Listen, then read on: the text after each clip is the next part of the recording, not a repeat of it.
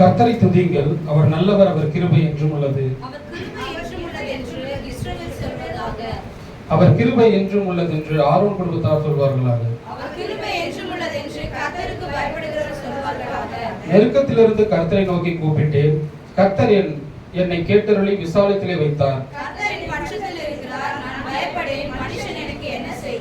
எனக்கு அனுகூலம் பண்ணுகிறவர்கள் நடுவில் கர்த்தர் என் பட்சத்தில் இருக்கிறார். என் சத்துருக்களின் சரி கட்டுதலை காண்பேன். பிரபுக்களை நம்புவதை பார்க்கலாம், கர்த்தர் பேரில் பற்றுதலாய் இருப்பதே நலம்.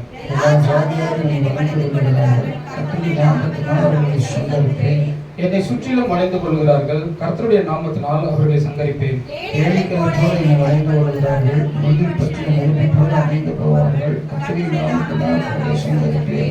நான் விழும்படி நீ என்னை தள்ளினாய், கர்த்தரோ எனக்கு உதவி செய்தார். நீதிமான்களுடைய கூடாரங்களில் ரட்சிப்பின் கம்பீர சத்தம் உண்டு, கர்த்தரின் வலதுகரம் பராக்கிரமம் செய்யும். நான் சாவாமல் பிழைத்திருக்கிறது, கர்த்தருடைய செய்கைகளை விவரிப்பேன்.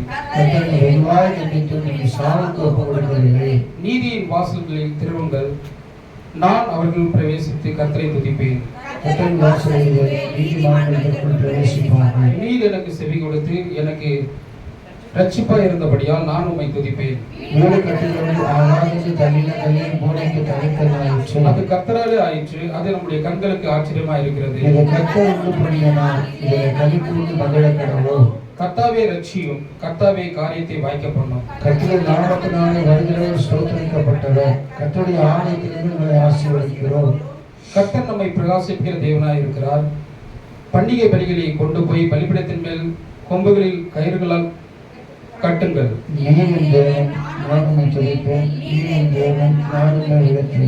நாமும் சேர்ந்து வாசிப்போம். கர்த்தரை துதியுங்கள், அவர் நல்லவர், அவர் கிருபை என்றும் உள்ளது.